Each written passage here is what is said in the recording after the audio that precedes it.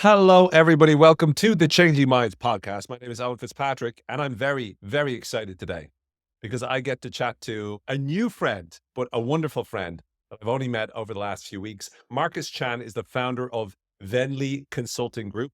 He helps account executives sell and earn $100,000 and more each year through his coaching and training programs. Marcus is an official member on the Forbes Business Council and has also been featured in, get this, Forbes, Yahoo, with an apostrophe, finance, MarketWatch, and more. He's a 3-time Salesforce top sales influencer and Wall Street Journal best-selling author of 6-Figure Sales Secrets. I saw Marcus present. We were both presenting at a mastermind a few weeks ago in Mexico, and I was really impressed. And it takes a lot to impress me because I've been around the block once or twice. But Marcus was able to share with us an incredible array of information about the systems he uses to be as successful as he is.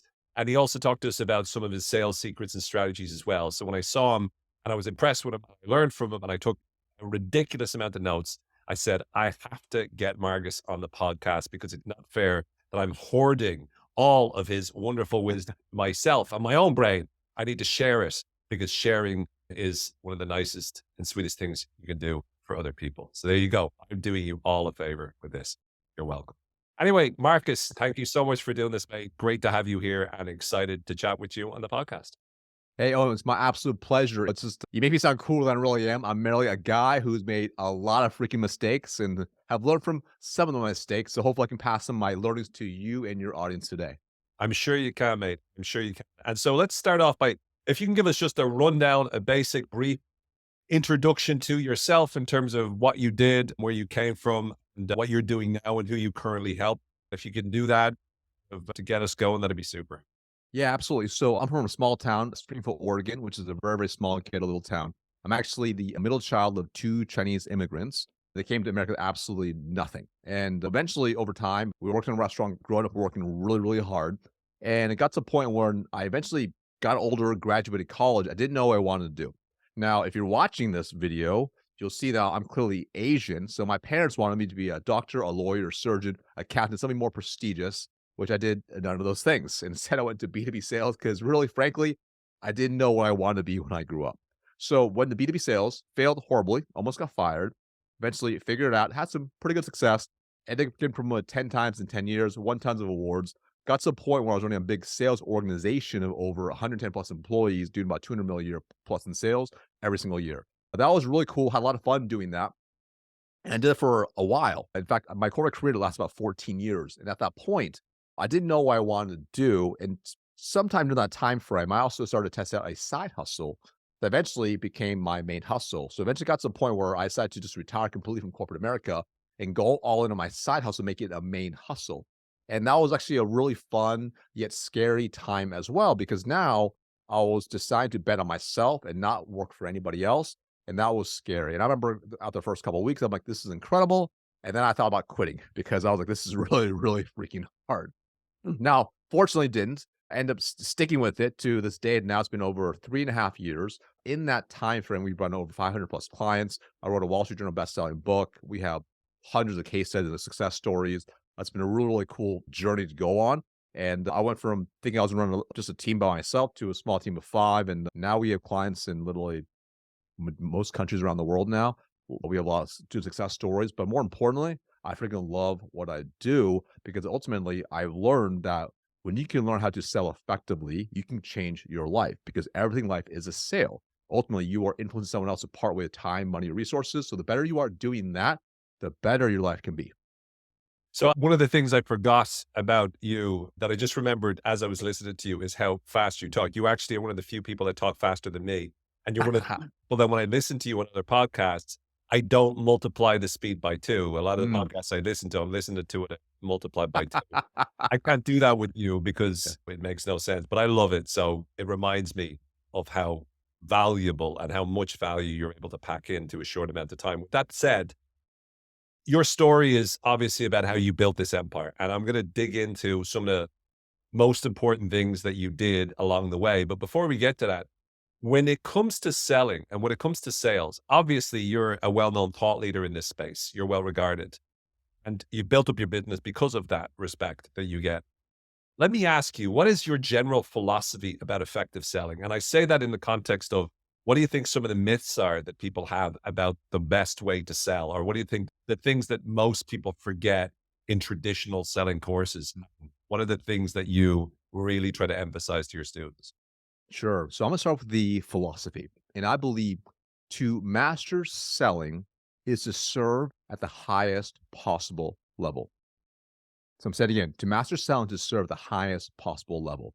And I share that because if you have that type of philosophy and belief system in your mind, that means whatever you are choosing to ultimately sell, whether it's a product or service, you should truly believe in your heart that it's going to help the other person. And when you think this way, that impacts how you run your entire sales process. Because I think traditionally, a lot of people think that to be great at sales, you have to convince people. You have to talk a lot, and hopefully they'll end up buying. And yeah, in some cases, they might buy. In fact, when I first got started in selling, that's exactly how I try to sell. But the tricky part was I usually felt pretty gross. I felt like I was trying to convince someone. I felt like I was trying to be a snake oil salesperson, if you will. It just didn't really feel good because really I wasn't serving them. I was actually selling out of my own self interest, which was to not get fired or to hit a number or to make certain level of commission. And that's not a really good way to operate. But when you realize in sales, you're ultimately solving problems, what you're doing, you start approaching it in a very different way. And the way I think about this is if you look at how a doctor approaches their patients, they basically run a sales process. But what they don't do is they don't have a patient come in and they ask one or two questions and they start to push, like, hey, you need to have procedure A, you need to have this surgery, and start saying, here's benefit one, benefit two, benefit three, benefit four. They don't do that. Instead, what they do is they first diagnose you. They have a nurse come in, ask you a lot of questions. They might take certain measurements, have you take certain tests. Then they'll come in as well, the doctor, they'll ask you more questions and really diagnose deeply as much as they can. And only when they feel like they really know the root issue, the root problem, then they actually prescribe what they believe is the best solution. But they have so much conviction at that point because they know their goal is to help them, it is to serve them, it is to solve the problem. So that's how they effectively sell. And when a salesperson can really apply that, it's amazing what type of results they have. Because what happens is you then end up detaching from the outcome, meaning you're not so focused on trying to close someone or some fancy one liner to close. You're focused on really seeking to understand them and really helping them come to a conclusion that what they need to do next is to invest into the solution to change their own life. I love the way you put that because I think what it comes down to, and the way I try to explain it is a lot of people, the mistake they make is they start with the techniques. A lot of times they'll come up to me and say, oh, and I need you to tell me, give me one of your fancy techniques that helps people to change the way they're thinking so that they can believe in what it is that I want them to believe in. And I say, you're approaching it the wrong way. And it's never going to work that way because ultimately speaking, your mindset needs to come before the techniques. And people put Right. technique before mindset. I know you're big into mindset as well, Marcus. When we talk about mindset, we're really talking about the fact that as a salesperson, you're there, as you said, to make a difference. I love the example that you gave to do with a doctor. What are some of the qualities that you, besides that mindset, right, which you could argue is one, what are some of the other qualities that you believe make up a great salesperson? What are the kinds of things that they can cultivate and the kinds of qualities that you try to build with your students whenever you're working with? So I think one of the big ones I see across the board for not just great salespeople, but just great people in general is the quality of curiosity. Because when you are genuinely curious, you actually will dive deeper and you'll ask more questions. And so instead of focus on trying to be interesting to a prospect, they focus on more being interested in them instead. So when you are having a conversation with a prospect, the average rep, when they hear some sort of pain, like the prospect says, oh, I'm having an issue with X. The average rep is like, great, I'm so excited to share with you my solution here. It's going to do X, Y, and Z. It's going to help you get rid of this issue. The elite salesperson said, that's really interesting. Can you tell me a little more about that? And they start going deeper and deeper, deeper. And they go into what I call level 10 questions because they're curious. So level one's like a real surface level. They ask maybe a one question. The level 10 question, they keep asking more and more and more and more and more. So they truly understand.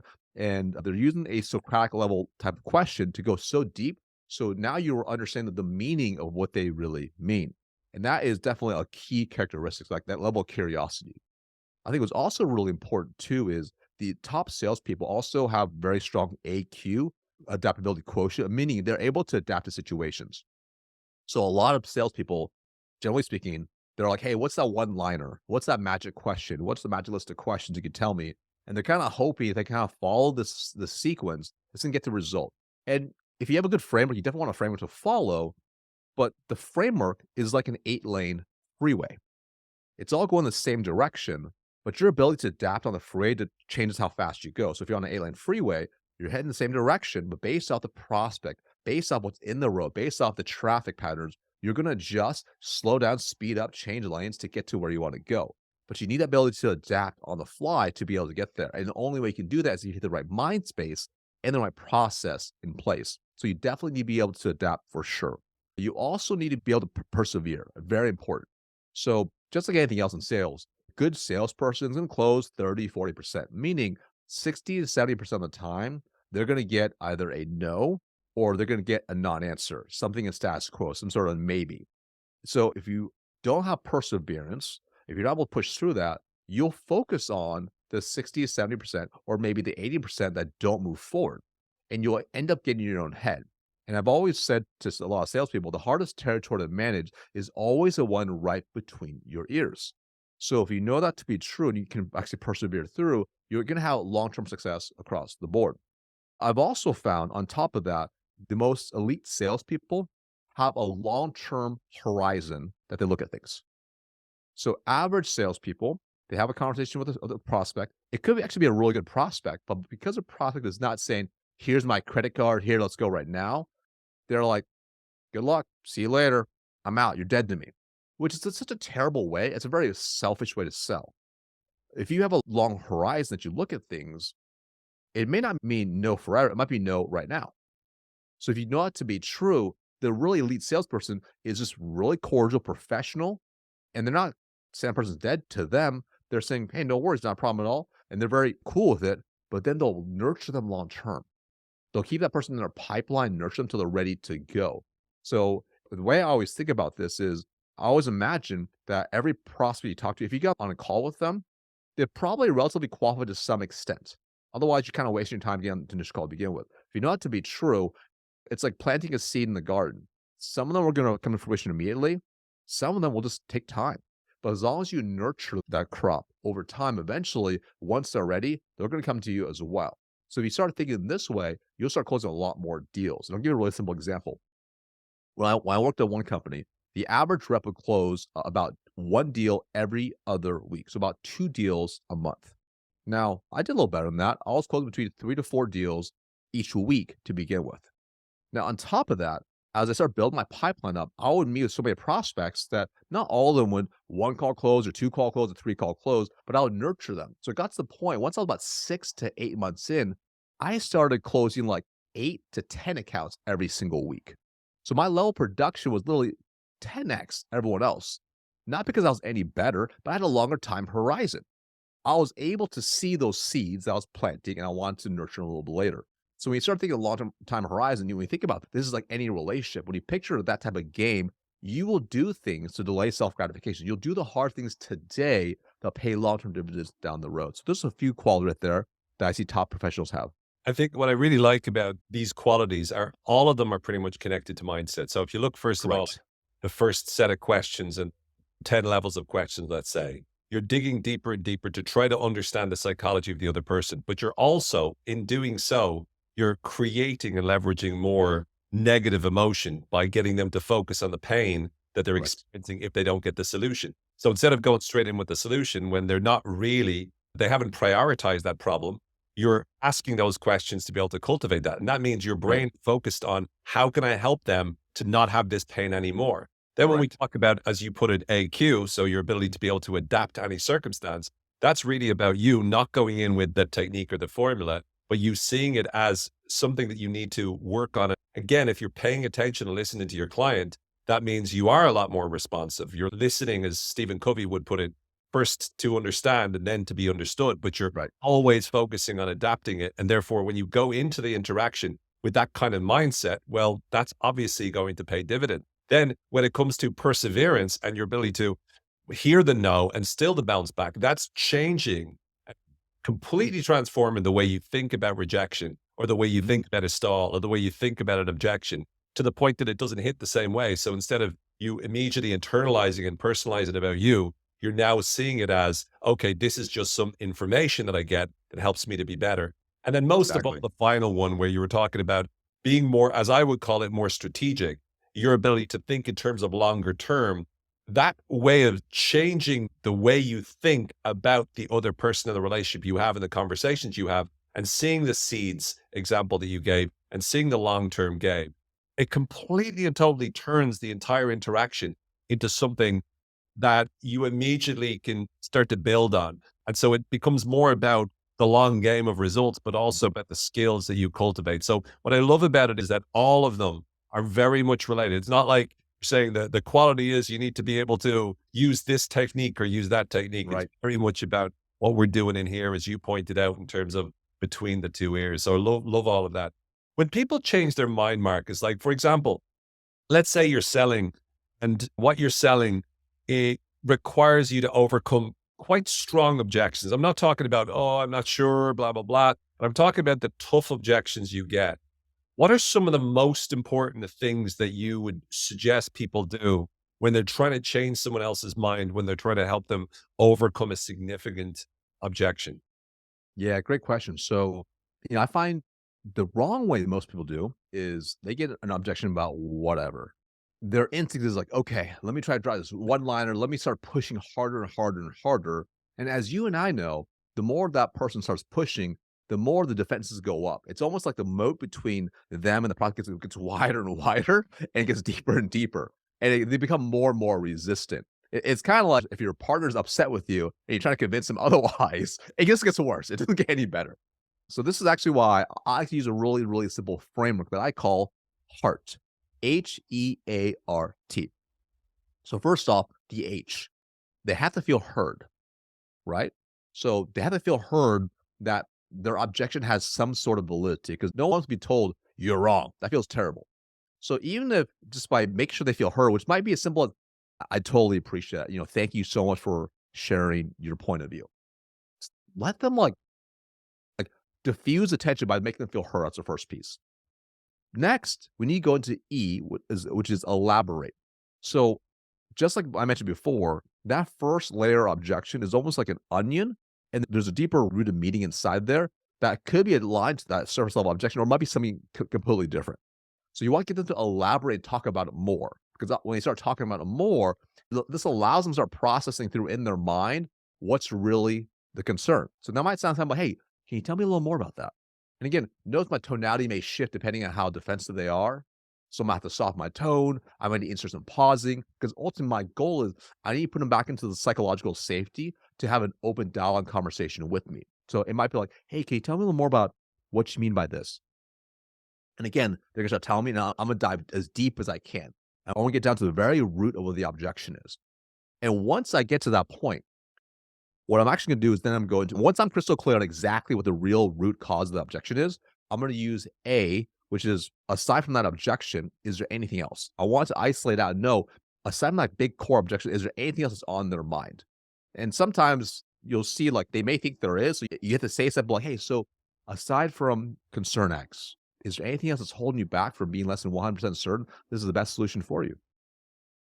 So now what happens is like, no, there's not. I think that's pretty much it. Well, are you sure? I want to make sure I really understand your situation.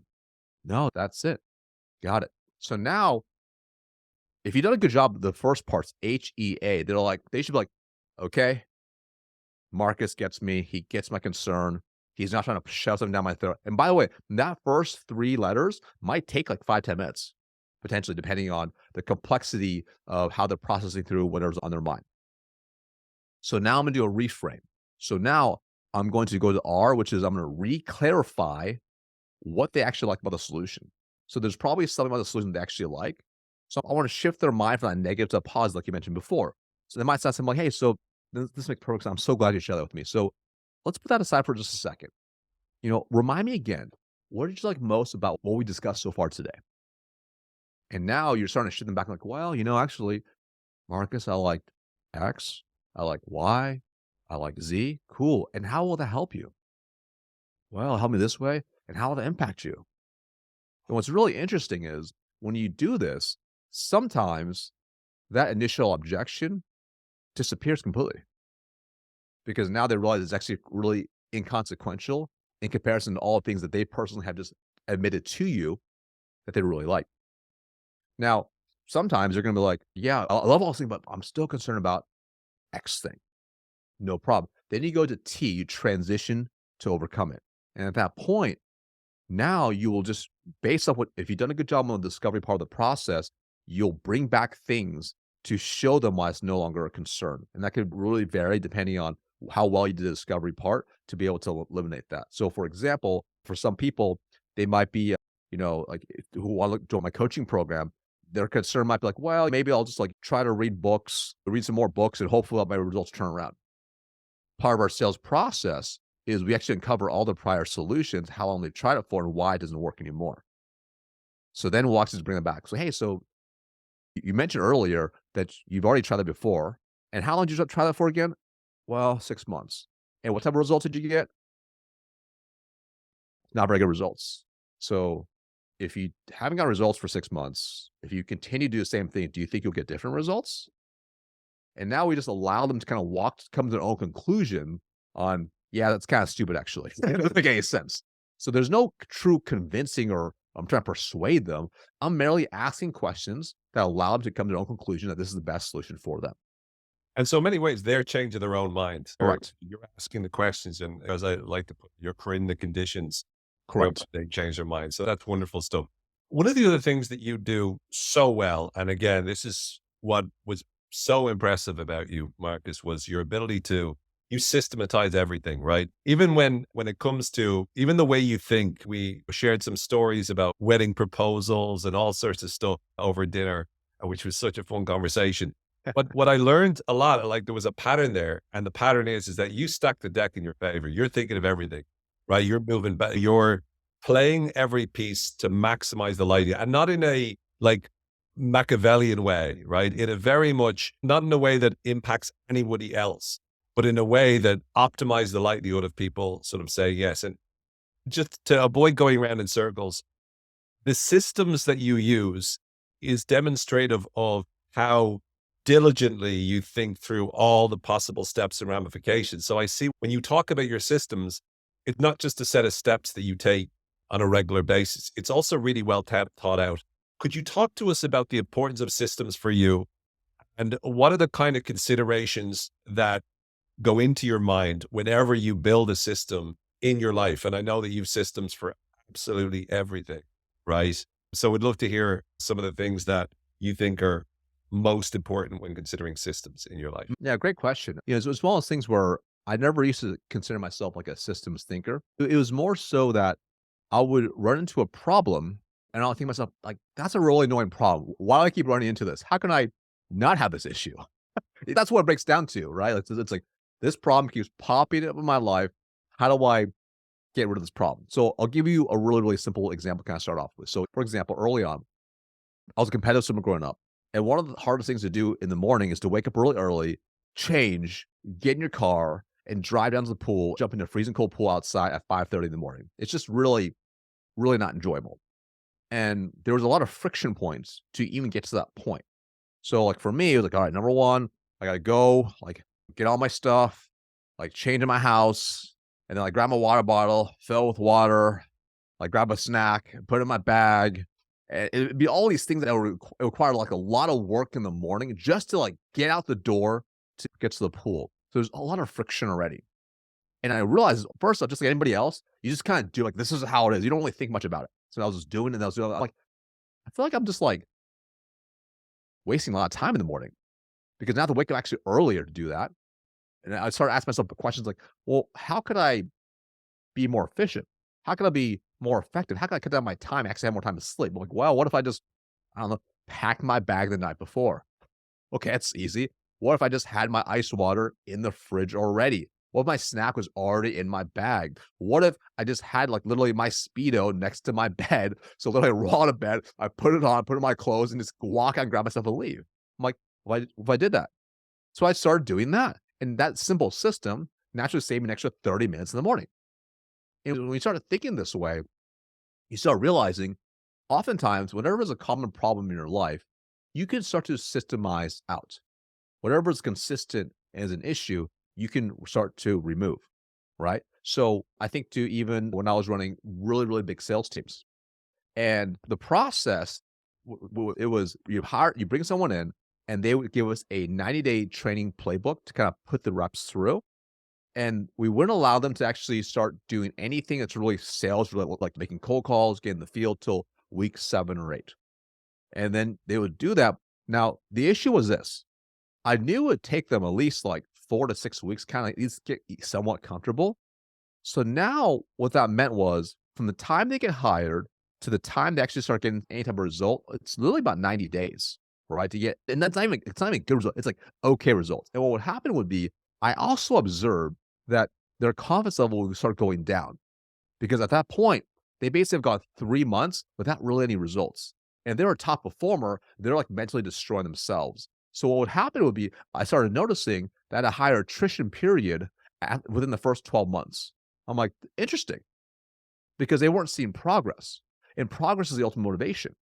I'm like, so this is my problem. This is my issue. This is my constraint. So I'm like, how can I change the system? Because again, these are rules made up by the corporate, created by somebody else. Why can't I break those rules and create a better system? So what did I do? Super simple. All I did was I just started changing how I restructured the training. I literally got them in the field by literally week 1. So instead of waiting 6 weeks, I started getting in the field early on, and I changed the order of the training by doing the way I wanted to do it. And I involved more hands-on training up front. And lo and behold, what would happen? By week 3 or 4, they're already closing deals. So their confidence starts skyrocketing, especially when they compare it to other training classes of other reps around the region. They will be already performing, or they're already like basically like 9 weeks ahead of everyone else at that point. So the systems that I created ultimately are always based off a problem I ran into. And when you start realizing your life is full of problems. In fact, you will always have problems. Like you'll never not have problems. Like that's life. The only time you don't have problems, like Tony Robbins says, is when you're no longer here. It's just that at every new level, there's a new devil. There's new problems you run into. So with that being said, for myself, when I started my business, I would start to build systems, right? I ran into a problem like, ooh, this is an issue. Let me build a better system for that. For example, even like content management. So when I first started doing content, it was just me. I didn't have anybody work for me. So it was really easy. I could have a Google sheet. I was only posting on LinkedIn, only one type of content. So I could just have literally easy columns. Here's a date. Here's like the topic. Here's the post I'm going to write about. That was it. Super easy. And then over time, I started bringing people in, had different types of content from videos, carousel, text, screenshots, whatever. And it started varying. Also, the theme started varying. And then it became more complex where I would have different marketing strategy. So I had to start planning in advance. So because of these problems, I'm like, geez, this Google Sheet is not gonna be good enough. So I had to find a better solution and then I build a better system. And with each iteration, it gets more complex, but also easier to implement. So what I realize is when you have a system, ultimately, if you have a system to do whatever you want to do, it starts to eliminate your problems and increase your likelihood for success. So that's why I'm a little obsessive about systems, because when you do it right, you can apply systems for everything in your life. And for some people who are like, well, I don't think I need systems for anything. The reality is if you don't have a system, that's your system. If you have a problem that constantly pops up, that's your system of dealing with it. But if you realize you can engineer out a lot of things, why wouldn't you? It's my question. Love it. When you talked about the swimming, that reminded me about 23 years ago, I did my one and only marathon so far. And I had to run, obviously, the few months up to it. And I didn't like running. I didn't like getting up in the morning. I didn't like the cold. So it was just waking up at 6 a.m. or 5:30 a.m. or whatever to go out for a run for an hour was literally the worst thing that I could possibly imagine. And so what I did was I put my t-shirt next to the bed, put a pair of shorts and pair of runners and socks. But from the time that I woke up to the time that I was actually out the door was sometimes as little as 40 seconds. That's how quick. Yeah, Like there was that's no, it. I didn't even visit the toilet or restaurant. I went straight out the door. That's it. and it just meant that it was easier for me. Also, when you talk about you always have problems, there's something I always try to let people know is that life is, as you said, always full of problems, but it's about upgrading your problems. It's That's one it. of my favorite quotes to paraphrase is Rilke when he said, "The purpose of life is to be defeated by greater and greater things." That's I it. just love that because I think Mm, that our human nature is constantly striving to deal with more challenges. If things get too easy, if we're too complacent, well, we don't have as much dopamine and we can't really exactly. progress. So progress only comes from the challenge. So I absolutely love that. This has been great, Marcus. Really, really helpful. And again, I might actually ask you to come back at some point in the future to talk to us more deeply about systems, just because Absolutely. the way you time box everything and picture everything is insane. I mean, I always thought I was over the top, and then I saw you. I'm like, well, okay, there's over the top, and then there's over the top. But over the top, as Zig Ziglar So, would say, I'll see yeah, you at the top. I appreciate that. So just to get into the final round, so I just want to ask you a number of, I suppose, quick fire questions. Sure. As we do that, then I want to ask you about how people can learn more about what you do and whatnot. But first of all, favorite movie? So favorite movie, probably The Dark Knight. I just Phenomenal. the storyline. I mean, I amazing. get it. Yeah. What an antagonist as well. Yeah. Uh, favorite author? Let's see. Well, favorite author, aside from obviously you and Yeah, myself, of course. it's interesting. I go through phases, different things. I don't know I have a favorite author necessarily, but I have like favorite books. So I'll say my favorite book that kind of fits well. It's Vishen Lakhiani, The Code of the Extraordinary Mind. Excellent. Love it. Brilliant. Artist, favorite artist, like painter, whatnot, or sculptors? Got one? Mm. So, I don't know if you consider him an artist or not. You're gonna laugh, but Justin Timberlake. There's something because this guy, like being able to like sing, dance, act, and have a multitude just kind of things is wildly impressive to me. Anyone who can display an art form in so many ways and do it really well, I'm always impressed by. Yeah, no, it counts. Well, the next one was favorite musician or band. So So let's take a look. I mean, I'm so lame. I don't even listen to like any new stuff anymore. Let me take a look. So it's one of the things where whenever I pull up an old, I don't want to say CD because that makes it sound older than it really is, or 8 track or anything like that. I would say when I pull my Spotify up, whenever I go back and listen to anything from Usher, just I'm cool and gangster like that. Just Usher takes me back to the time where it was just a little more innocent, if you will. sure. Yeah, that's good. Favorite philosopher? Mm. Philosopher. I don't know if he's considered a philosopher, but I like how he philosophize, if that's a word. Naval Ravikant. Oh, very good. Excellent. Yeah. The Almanac is a wonderful book. Yes. Favorite TV series? Probably The Office. It's easy. It's makes you laugh every time. Phenomenal. Desired superpower? Control time. Very cool. Speaking of control time, if you could travel anywhere in time, past, present, or future, where would you go? Mm. It's interesting. Well, this will show how capitalistic I am. The future. Yeah, the So, Sports Almanac, right? yeah. The sports almanac. It's the Michael J. Fox. Yeah, the future.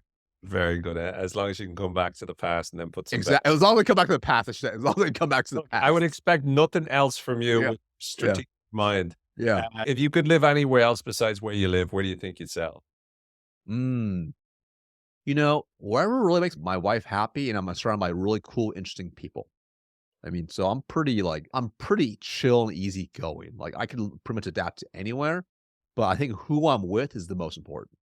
Love that answer. It's excellent. If you weren't doing what you're doing, what would you be doing? Well, since I have the choice to do what I do, it's kind of hard to answer because I basically get to do whatever I want to do. I mean, I think ultimately I would just spend time like not philosophizing, if that's even a word, but just like consuming and learning and trying new things. Like always in like, cause I love the deep production creative mode. And as you build a business, you end up becoming also an operator as well. And I've done my best to try to remove myself from the operational parts. So I would say to be probably in this position where I basically don't do anything at all except just hang out with cool people, learn new things, try new things, and just have fun doing that. You're speaking my language. That's the dream. And last but not least, one piece of advice for the world. If you could put on a billboard, what would one advice? Mm. Only take advice from people who have achieved what you want to achieve at a massive level consistently. A lot of people, especially in today's time, are false gurus, put a lot of information out there. Doesn't necessarily mean they've actually had results. So just be very, very careful who you actually take internalized advice from. So make sure they don't have PhDs in ChatGPT only. Yeah, exactly. Exactly. Brilliant, Marcus. This has been wonderful. Really, really enjoyed chatting with you as always. Could you let people know, how do they find out more about you? How can they get your book? Let us know. Awesome. So you can get my book. It's free, just pay for shipping and handling. Go to venli.co/book, venli.co/book. You can find me on any of the platforms. So LinkedIn is my most popular one. Look me up on LinkedIn. I have a YouTube channel as well. Look me up on there. A lot of free resources there. But it's been a pleasure being on today's podcast. Thank you so much, man. Look forward to the next time. Thanks so much.